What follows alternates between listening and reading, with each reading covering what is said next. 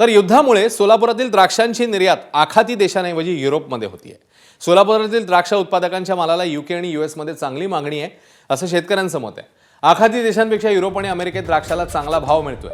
विशेष म्हणजे युरोपमध्ये भारतातील मालाला दुप्पट दर मिळतोय, त्यामुळे द्राक्ष उत्पादकांनी मात्र समाधान व्यक्त केले।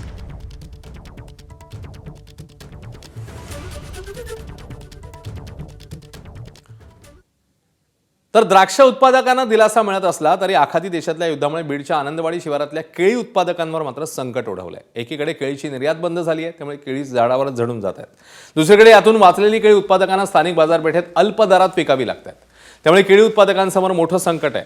उत्पन्न तर सोडाच, केळीच्या लागवडीचा खर्च निघणंही सध्या अवघड झालंय।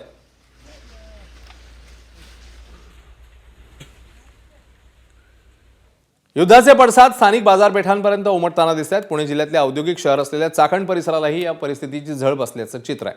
आखाती देशातल्या वाहतूक व्यवस्थेत अडथळे निर्माण झाल्यानं कांद्याची निर्यात ठप्प झाली आहे। ऐन हंगामात दर कोसळले आहेत, त्यामुळे कांदा उत्पादक संकटात सापडले आहेत।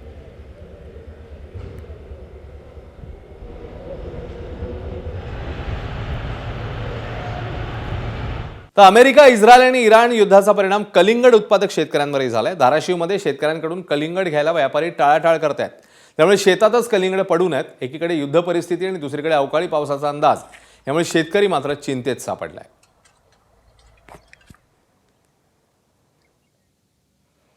तर गॅसच्या तुटवड्यामुळे शहरातील एकापाठोपाठ एक हॉटेल्स बंद पडत आहेत, ज्याचा फटका गोरगरीब भाजी विक्रेत्यांना बसतोय।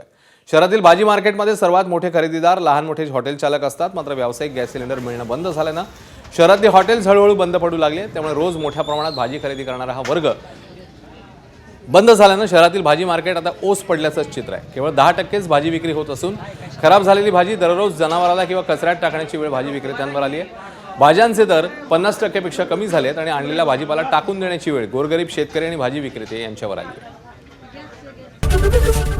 एबीपी माझा, उघडा डोळे बघा नीट।